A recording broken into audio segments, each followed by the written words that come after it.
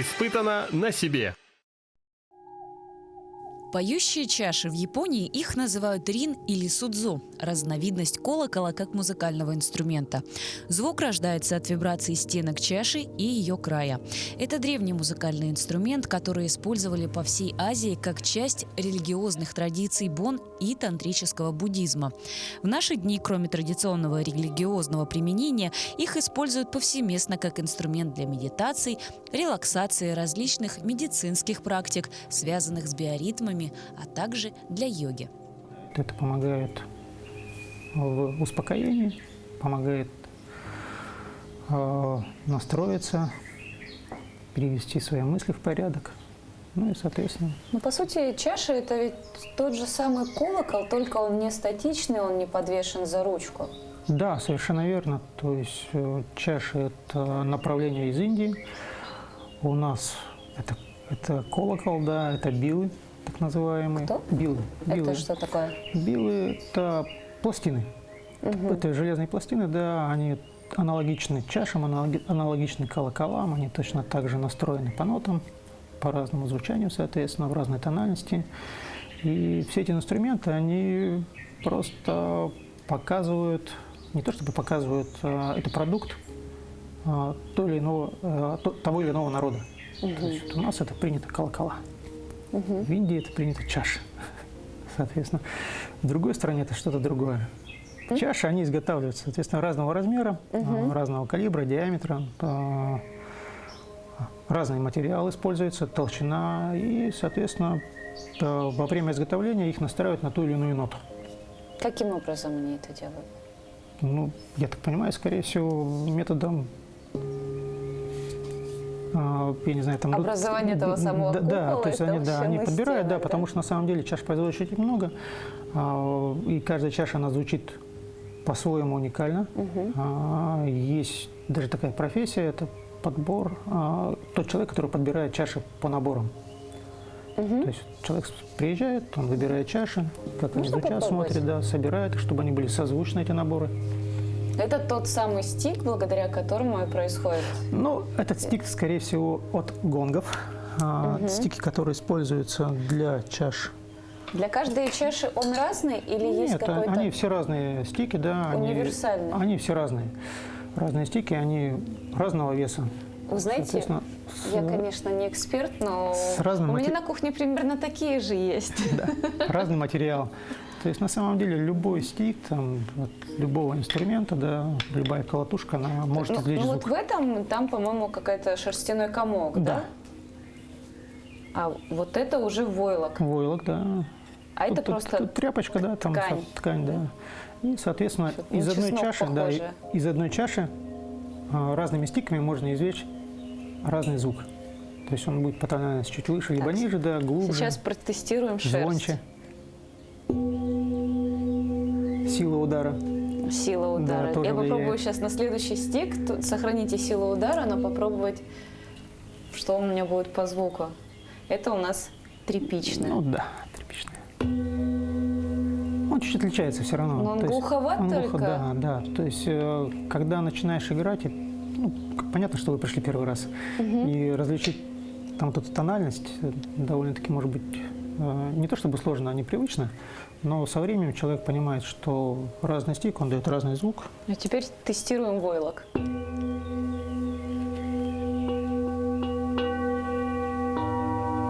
То есть, вот стик твердый, скажем так. Он более звонкий. Вот этот будет там более глухой.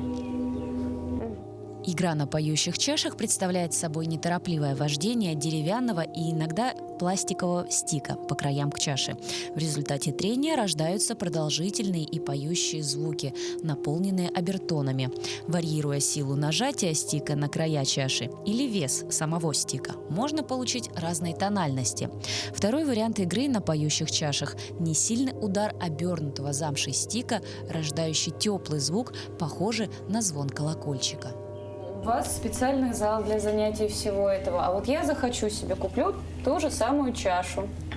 Мне нужно какую, из войлока приобретать или из шерсти, чтобы, ну, соседи там, я не думаю, что они расслабятся под мою игру.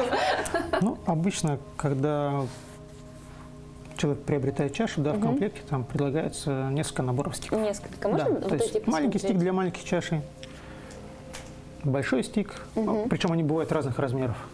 То есть, и, соответственно, как таковая колотушка, да. То есть Нет, это вот серьезно, вот все, что я сейчас держу в руках, может найти любая хозяйка у себя на совершенно кухне. очень похоже на На толкушку для толкушку для картофеля. картошки, да. Обернуть И ее. почему мы этим не занимаемся? Ух ты. Да, Ой. так сильно нельзя. Вот этими тяжелыми стиками, твердыми, да, нужно бить по касательной легко. Они для легких ударов таких, не для прямых. Прямой удар это вот, который мягкий, там можно там. Так, нет. Вот. Это для легких ударов такой касательный, легенький удар. Сверху вниз, там снизу вверх, такой ударчик. А есть разница, с краю я нажму, Да, конечно. То ударю есть, или в ближе к зависимости от дну? того, там, куда вы ударите, звук будет там либо более ярко выраженный, либо То есть- будет там более глухой, да. Бьется только с внешней стороны чаши, или же можно и изнутри? Обычно с внешней бьется, да. То есть, ну вот я покажу. То есть это вот такой легкий удар, он такой мягкий. То есть если я сильно ударю, он будет слишком звонкий, да, и это слишком. Ну, приходишь с это будет не работы, очень приятно для уставший, уха. нервный. Ну, это будет не Ой, очень как приятно. хочется Опять расслабиться. еще больше будет нервничать. Поэтому должны быть мягенькие удары такие, легкие.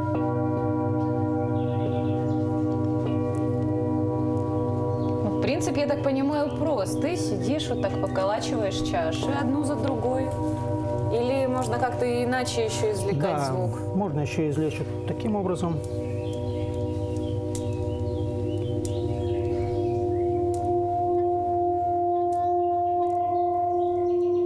Я теперь понимаю, почему они такие гладкие и отполированные. Ну, только с самого края.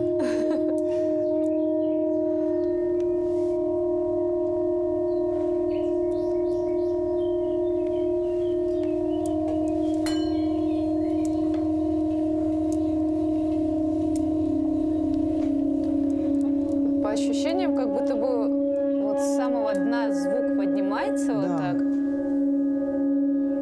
Только вот как в храмах у нас поют, но звук наоборот поднимается в купол, а тут из купола он Тут из купола, да, звук. выходит. Чаша вибрирует. Я хочу чаша- попробовать. Ну, вот это будет полегче все-таки. Вот так. И вот. Понятно? Указательным большим, Вот остальные... два пальца здесь зажимают, вот так вот. Вот как. А вот эти так. просто сверху ложатся. То есть вот так. И прижимаются сюда. Казалось бы, Все ничего довольно-таки сложного. просто. И не спеша. Более где? Амплитуду именно. Вот, все, пошел. Я Теперь слышу. нужно контролировать. Прям контролировать этот звук. Контролировать Это- все движения. Да. Всё, как началась вибрация, ее лучше оторвать, чтобы не было вот этого дребезжащего звука. Причем этот звук начинается где-то под ладонью, еще когда его даже не слышно. Я попробую еще раз. Ну, вот. Прямее держите его, не раскачивать. Ой, Нужно, да, держать его статично, не раскачивать. И ровненько просто вот контролировать. Как только вибрация начинается, лучше оторвать. сейчас осталось вот как раз-таки поймать тот момент, когда все-таки вибрация начинает звучать.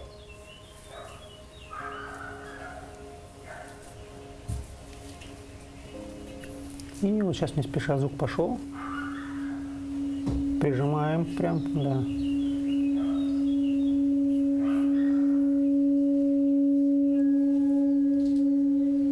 Вот прям из руки по всему телу разливаются те самые какие-то... Даже по ощущениям, как будто бы голова начала кружиться. Да, ну Это как раз нормально? Вы почувствовали вибрацию, да, вы почувствовали звук, как он проходит сквозь вас. А если попробовать то же самое, но с другой чашей? Эффект будет другой? Будет если, другая допустим, нота, будет по-другому чаша звучать. Вот если попробовать чашу, у которой край потолще. Сложнее будет просто завести вам ее. А если увеличивать именно амплитуду Попробуйте, движения? Да. Это просто сложнее будет завести вам. Да. Шевелится все, что угодно. Сейчас пойдет. Сложно вам, сложно. Да.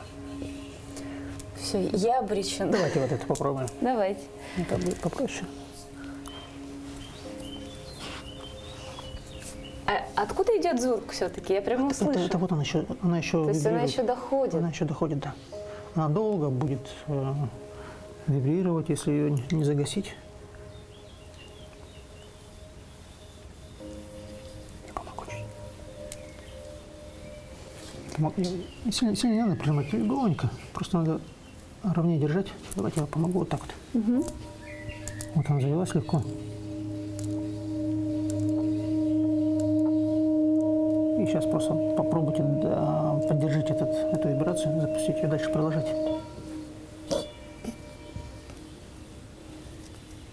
Чуть-чуть неправильно держите, конечно, да.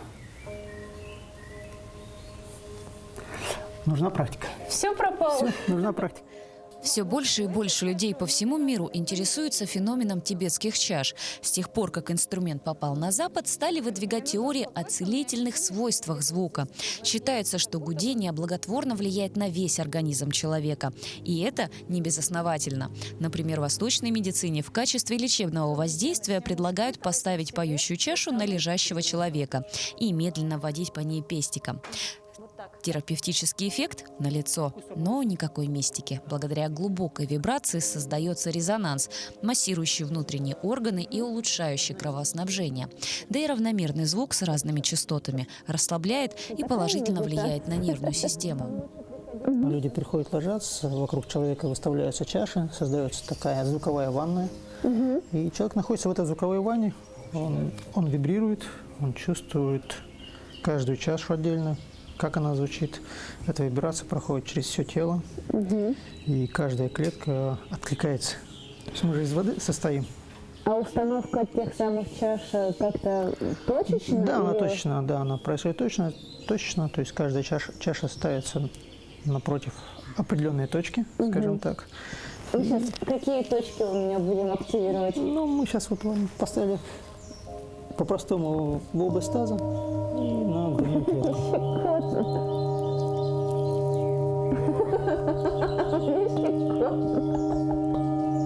Да, надо расслабиться, почувствовать прям звук.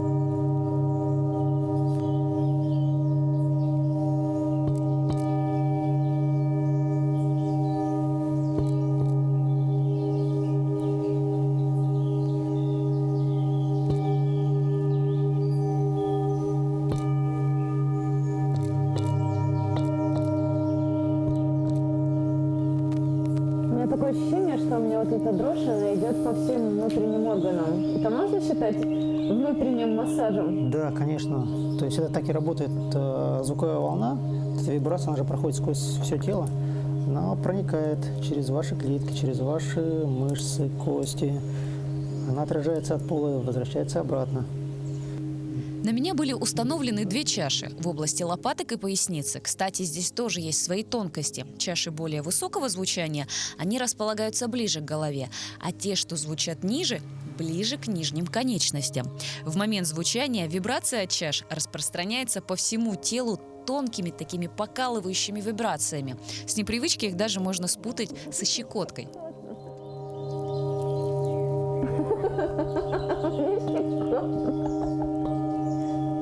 расслабиться, почувствовать прям звук. Испытано на себе. Ой, вы знаете, прям хорошо внутри.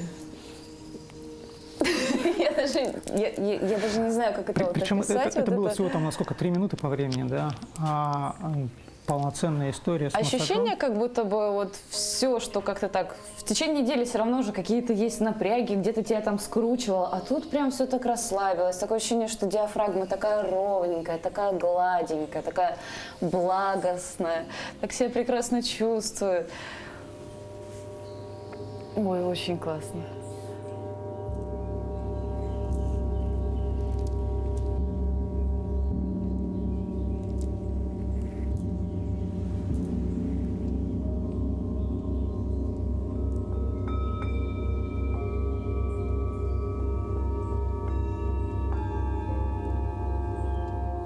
После небольшого перерыва мы снова вернулись к практикам звукоисцеления. Как оказалось, все, что находится в зале для медитаций, каждый предмет используется в практике тета-хиллинга. И все можно попробовать как по звучанию, так и в самостоятельной игре.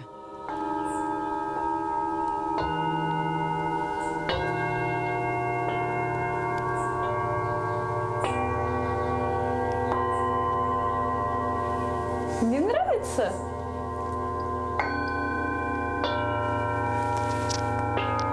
Можете взять большой стик, вот тот, который... Вот этот, ага, Это луковичку. луковичку, назовем ее луковичкой.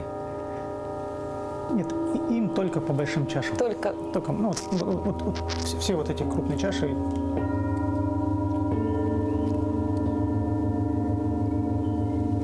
И тут нужно улавливать тот момент, чтобы большие чаши не заглушили, допустим, там более маленькие. Поэтому можно выдержать паузу какую-то.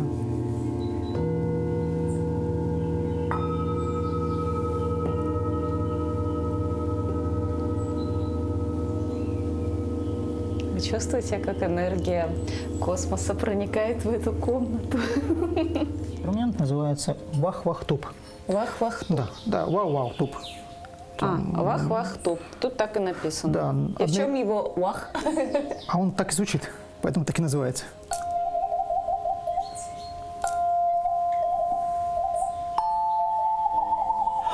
Мне нравится.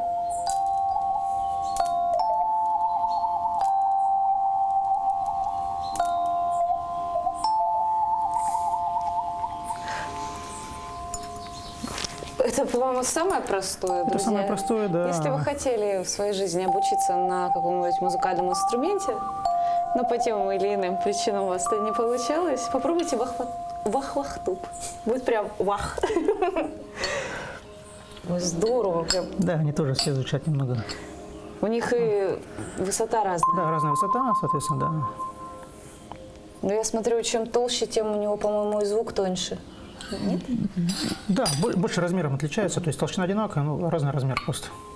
И вот здесь стоит сзади арфа. Я думала, это подставка для чего-нибудь. Эта арфа, она тоже применяется в звукотерапии, я ее подключаю в конце сессии. То есть она очень интересно звучит тоже.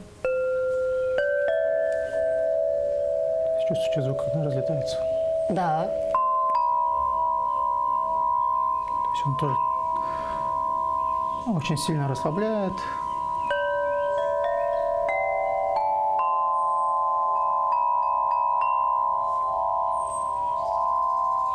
Ну, это чем-то похоже на маримба, вот этот клавишный инструмент. Да, то есть, ну, все, говорится, все перкуссия, да, в том или ином виде можете попробовать. А можете попробовать. Это кварц. Кварц, да. То есть это кварц. что-то между стеклом и пластиком. 99,9 такой, да? кварц. Нет, вот это пластик, да, это сзади ручки сделано, а сами трубки, они кварцевые. Можете к себе лицом повернуть и, соответственно, вот это может быть, я не знаю, ну попробуйте то, они немного по-разному будут давать звук. То есть это полноценный нотный инструмент, на котором можно играть разные мелодии, вот все, что хотите.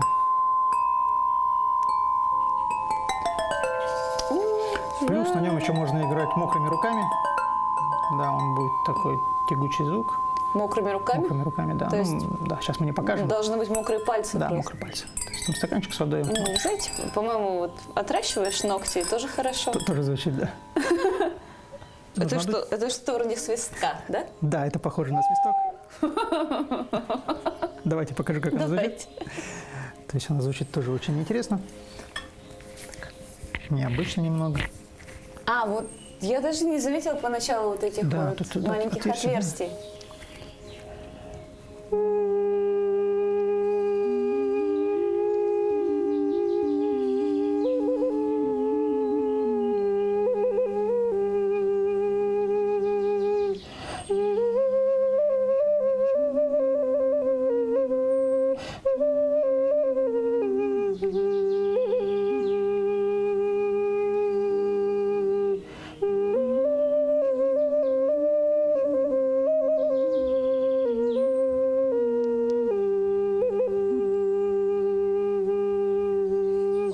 Я как будто в сказках такую мелодию слышала. Да, вот она вот такая интересная. Тоже. Я тоже применяю ее. Смертельный номер. Вы сейчас услышите то, за что мне, наверное, будет долгое время стыдно. Зажимается внизу 2 отверстия. Это вот это? Вот под пальцами, вот здесь внизу 2 отверстия, они должны быть зажаты. Угу. Вот это и это. Да. И зажимаются как бы все, и потом по И очереди. это принцип флейты. Да, принцип флейты, да, совершенно Ой, верно. у меня пальца не хватает. Не факт, что получится, потому что нужна некая тренировка и привычка то есть, к этим Нужно отверстиям. еще пару Да, пальцев. все.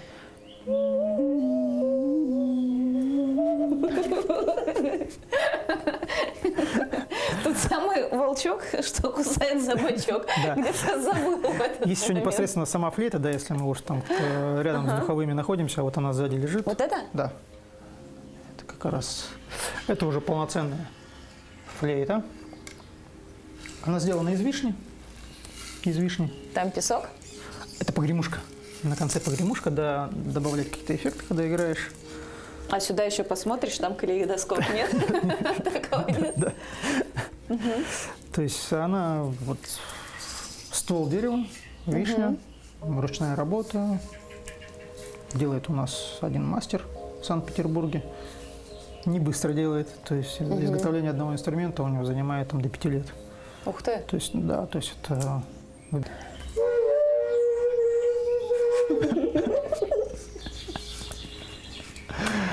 Да. Как я сказал, это еще довольно-таки просто. Вот сложнее будет вот с этой дудочкой. Вот этой? Вот эта дудочка, Я думала, да. это какой-то телескоп. Да, эта дудочка, она такая интересная. И как? То есть, ну, принцип тот же самый. Принцип тот же самый, но попробуйте.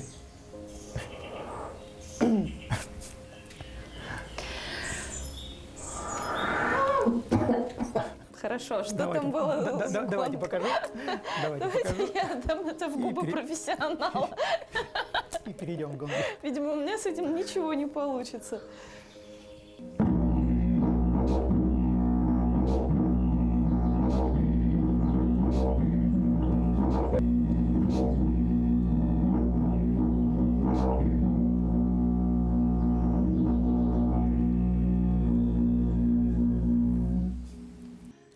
Один из музыкальных инструментов, находящихся в комнате, невозможно было не заметить, ведь он привлекал внимание сразу. Это гонг – традиционный древнекитайский ударный инструмент в форме диска, свободно подвешенный на опоре. Гонг обладает мрачным, грозным и в чем-то даже зловещим звуком.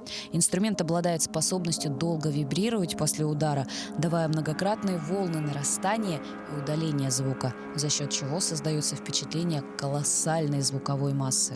Гонги бывают настроены по различным планетам, так называемым, да, там по стихиям, и, соответственно, звук может быть абсолютно отличаться. Допустим, вот эти 2 гонга, они звучат по-разному. Это кто? Это вот... Это классический. Как я сказал, началось свое движение в прошлом веке, в 60-х годах, и это движение началось в Европе. То есть именно как практика, которая То есть помогает... зародилась в Да. Китае, в Индии. Да, ну да, то есть используется везде это, но именно как направление, как звукотерапия, которая помогает в решении тех или иных вопросов, да, помогает там, соответственно, в выздоровлении, там, в каких-то там проблемах А за счет с чего? психикой. За счет того, что за счет звука.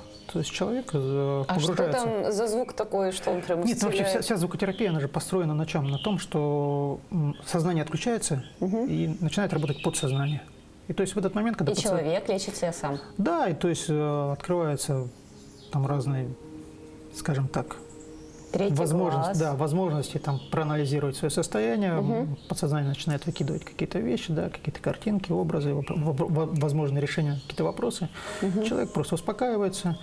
И звукотерапия, она применяется как раз вот для лечения таких психических расстройств, там, каких-то заболеваний, связанных там, ну, скажем так, опять же, с нервными расстройствами, в борьбе с вредными привычками. То есть точно так же в нем используется либо колотушка, да, либо, соответственно, На чупа-чупс похоже. чупа-чупс называется флюмик.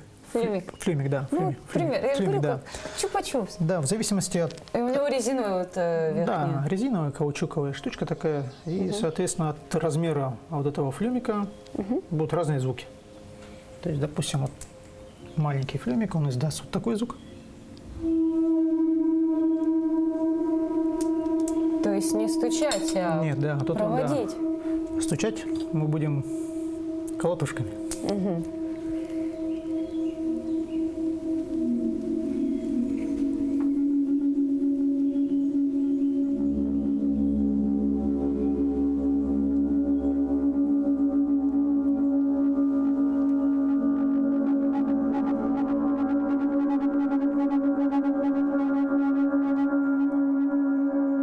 Разобравшись с техникой игры, я приступаю к практической части. Первым я решила попробовать самый маленький флюмик, а дальше менять их по мере возрастания. То есть вот здесь чуть дальше взять, потому что он меньше, да? Поэтому каждый стик, он там берется в Вот определенный... какие-то тревожные он звуки Да. издает, наоборот. На самом деле вот эти тревожные звуки, они помогают вытащить тревожные эмоции, которые спрятаны глубоко в человеке, да? За счет ассоциаций. Да, за счет ассоциации. И эта проработка очень мощная. Люди начинают выплескивать вот эту какую-то тревогу, страхи, возможно, какие-то обиды. Она выходит, и после этого становится легче.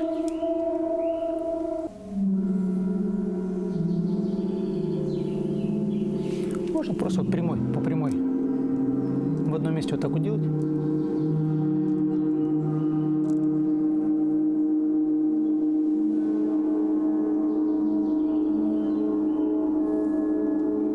Вот он, когда заведется, нужно поймать эту волну и постараться удерживать ее, наращивать, уменьшать, контролировать вот руку, да, положение кисти относительно гонга.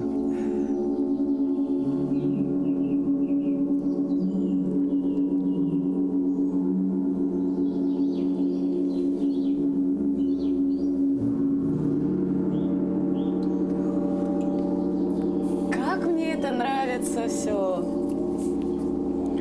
Ну, Прям- пальцы устали. Нет, у меня вот они как бы вот эта дрожь, она как практически сделала руку невесомой, в отличие от этой.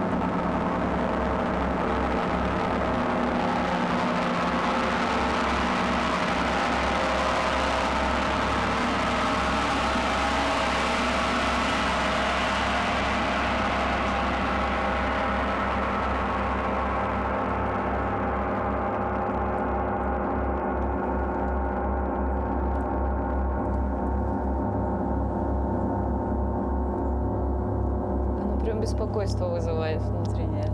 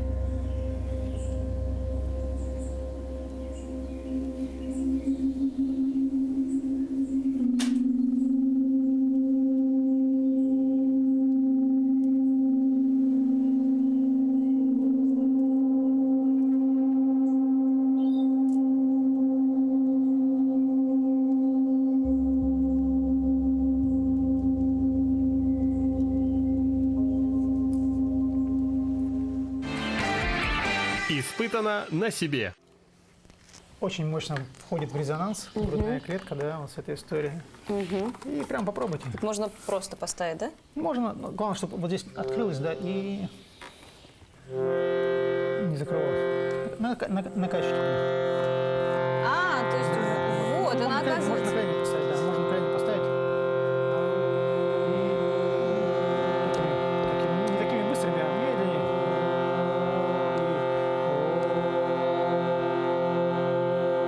Это звучит. Прям почувствуй, когда грудная клетка начнет вибрировать.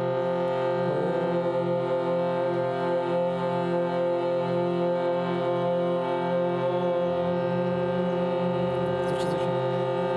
Давай. Прям не стесняйся.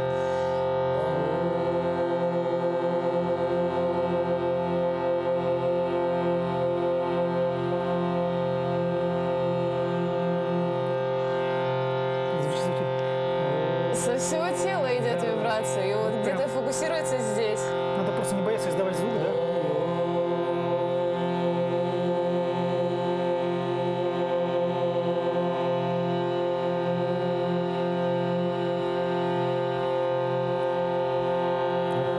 Попробуй. Прямо.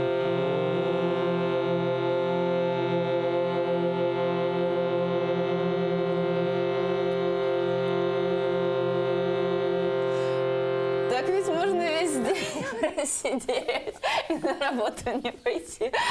Нет, тут самое главное, не надо стесняться. То есть начинаешь звучать, да, звук идет, соответственно, это открывает вас. Да, и вот эта практика звуковая, она может длиться как раз, как сказали, там час, там полчаса. Там, от Ну, 5 те минут. самые тантрические практики, да, вот эти, которые... И когда в группе сидишь, несколько человек и начинает вот звучать, это очень сильно поднимает прям общую вибрацию. Мощно. Да, и чувствуешь, насколько, то есть ты начинаешь прям откликаться на этот звук, вот эта вся вибрация, она исходит изнутри, она соединяется с этим инструментом, и это помогает как раз открыть голос немного, да. Испытано на себе. Стояние на гвоздях пришло к нам из Индии. Йоги считали, что без выполнения таких тренировок духа все практики были бесполезны. Гвозди – это практика, во время которой человек себя в чем-то ущемляет, терпит и отдает. Зачем люди добровольно испытывают боль? В чем польза этой практики для тела и духа? Нет ли у стояния на гвоздях противопоказаний? Есть некоторая мистическая интерпретация. Вставая на гвозди, человек отдает свою энергию и получает взамен другую, которую может пустить на другие дела. Поэтому на гвоздях часто формулируют намерение или заветное желание. Ну что, засекаем? Я буду как поддержка. Прям. Тут сюда я кладу руку. Да, вторую тоже сюда, и вот просто как поддержка. Спокойно, с выдохом легко ставим ногу, ровненько. Переставлять ее не надо, как встали, так и встали. Ой, щекла. Спокойствие. Надо Нет. успокоиться, надо расслабиться. Это как? А вот сейчас, да, вот он внутренний диалог начался. И, переставлять не надо, будет сложнее. С каждой перестановкой ног будет сложнее. И быстро дышать не надо, то передышим. Начнется головокружение. Ой. Спокойно. Надо расслабиться. Расслабление, да. Расслабление. Это правда больно. Расслабление. Нет, стоим, расслабимся. Не надо ноги отрывать. Не надо отрывать, будет сильнее, больнее. Будет больнее. Вот как стоим, так и стоим. Расслабляем плечи. Расслабляемся. Давайте посмотрим. На самом деле, Правде в глаза. На самом деле страшного ничего нету. Вообще ничего нет абсолютно страшного. Нужно просто успокоиться и постараться с каждым выдохом опустить все расслабление вниз. Прямо туда в ноги. Все нормально. Не надо бояться. Я опустил руки. Расслабим, расслабим. Я не знаю, сколько это длилось, но показалось, что минут 20. Сначала было больно, словно я стояла на раскаленных углях. Потом неприятные ощущения начали отходить на второй план. Тело стало подавать сигналы. Мне хотелось покачиваться, нагнуться, присесть. Нет. Стоим. Оп. хитрый человечек перевесил. Не надо было сходить. После того, как я сошла с садху, первые минуты было сложно даже встать на полную стопу. Я стояла на цыпочках. Но потом я просто не смогла сдержать эмоции, и слезы брызнули градом. Это хороший результат на самом деле, да, но я бы, конечно, чуть настоял. Это больно. Это больно, но потом приходит мощнейшее расслабление. Люди плачут, выходят. Я их понимаю. Да, плачут не от того, что больно, а от того, что есть какие-то там эмоции. И такое часто бывает. Прям очень сильно рыдают, и потом приходит расслабление, и они максимально такие... Я лучше подержу комментарии в себе, от чего я сейчас плачу. Я расскажу, как работает ДСК сейчас, да. Все хорошо, это нормально. Эмоции выходят, их надо отпускать, не надо их стесняться. После этого станет легче. Надо сейчас сесть, расслабиться.